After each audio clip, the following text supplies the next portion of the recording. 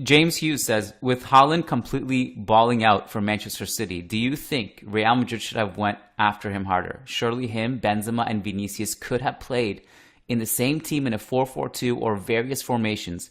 If we didn't sign him this summer, do you think Ancelotti would have adapted his 4-3-3 for Benzema and Haaland? Thank you, guys.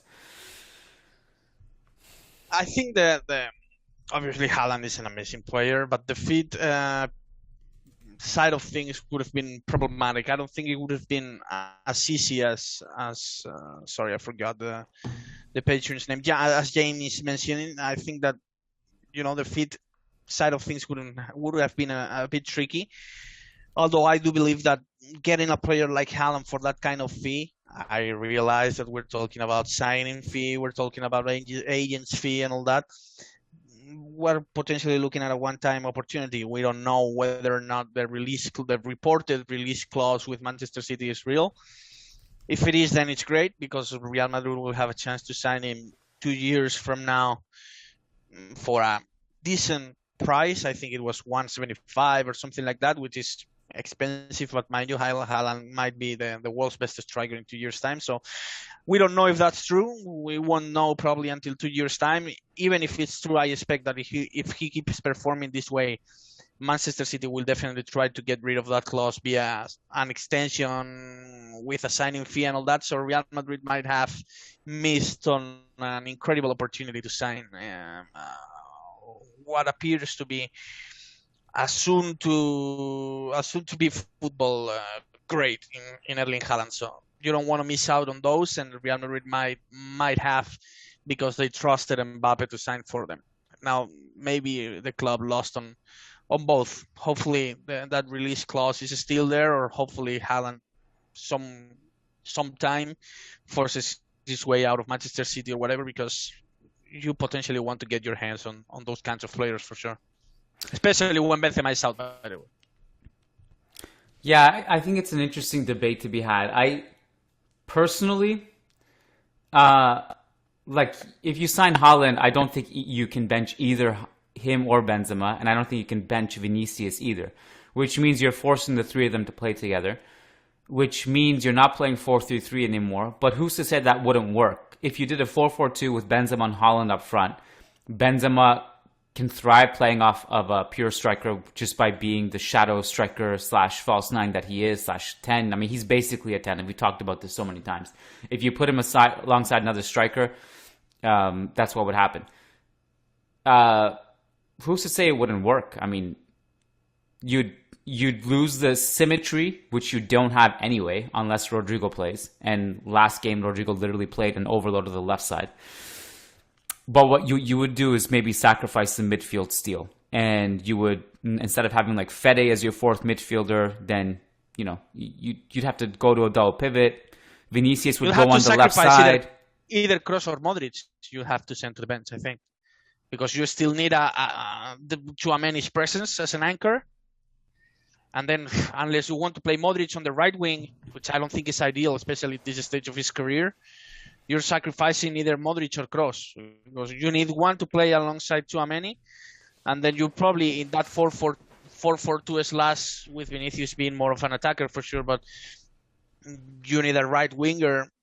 Valverde being perfect for that spot, since he wouldn't be required to do as much offensively. You'll have to sacrifice either Modric or Kroos, and again, unless you want to play Modric there, I don't think it's the greatest of roles for him, being 37 years old. Well, the thing is, I think you wouldn't be able to play Rodrigo in a 4-4-2 with Vinicius and Benzema and Haaland up front and just two midfielders. I think defensively that would be really hard to justify. Fede Valverde would make more sense. I also think you would have to defend higher up the pitch. You couldn't go into a deeper block with Haaland and Benzema and Vinicius up there. You would have similar structural issues than that PSG had last season. That's the bottom line. But I certainly would love to see it. I understand why you want to avoid tactical things and headaches doing that and spending the amount of money you would have had to spend. But personally, I think you could still dominate opponents. You get a superstar and a guaranteed transition from Benzema. I'm not going to speak against the idea for sure. If the release clause exists and Real Madrid can buy him for 175 in 2 years' time when Benzema is already gone or way into his decline, I'm totally fine with the plan. But we know how those things usually work in football. And if Haaland keeps performing this way, you cannot expect Manchester City to accept the fact that they're going to lose him to Real Madrid in 2 years' time. I think they'll they'll offer him whatever it takes to get rid of that clause via contract extension. So, well, the release clause will get you in the door to talk to him, but it won't necessarily get you to outbid Manchester City in a contract offer for him. And that's where the issue would come. We might not even reach that point. I mean, if he completes a great season this year, Manchester City might offer him a salary raise and a contract extension next summer, and you're not even allowed to talk to the player before his release clause kicks in 2024. So, I know people really are. I can see it all over social media. People are really upset with Real Madrid for not signing players and stuff. And so it's hard for them to look past what's happening right now. But once the new stadium brings in additional revenue, I think like in 3 years, if you're trying to outbid someone for Haaland, you'll be in a much better place to do it. Just a little footnote, I guess. What's up, Madridistas on YouTube? This is Kiyan Sobhani. I had a question for you guys. Do you guys enjoy high-quality journalism? Do you like to stay away from the sensationalized part of football dialogue? You want to be a part of something higher, something that includes in-depth tactical discussion, that includes all the nuances of the game on the Real Madrid beat every single day?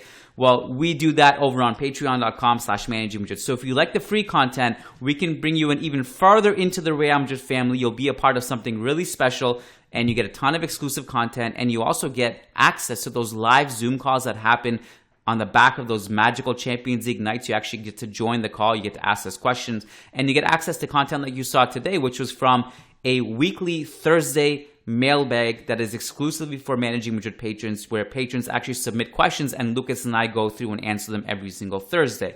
So if you want to be a part of that Real Madrid family, go over to patreon.com/Managing Madrid. It is currently September 1st. You can take advantage of a back to school special that we have right now, where if you sign up for an annual membership, you get 2 months free. So essentially you pay for 10 months and you get a year's worth of value in return. And it's only $3 a month anyway without the deal. So it's less than a Starbucks coffee per month to be a part of this Real Madrid family. But right now, essentially the deal allows you to spend $30 a year and get the whole year's worth of Patreon subscriptions. So we hope to see you on the inside. Get in on the action. Join the ever-growing Real Madrid family over on patreon.com/Managing Madrid. We'll see you in there. Thank you so much for supporting the show, and Hala Madrid.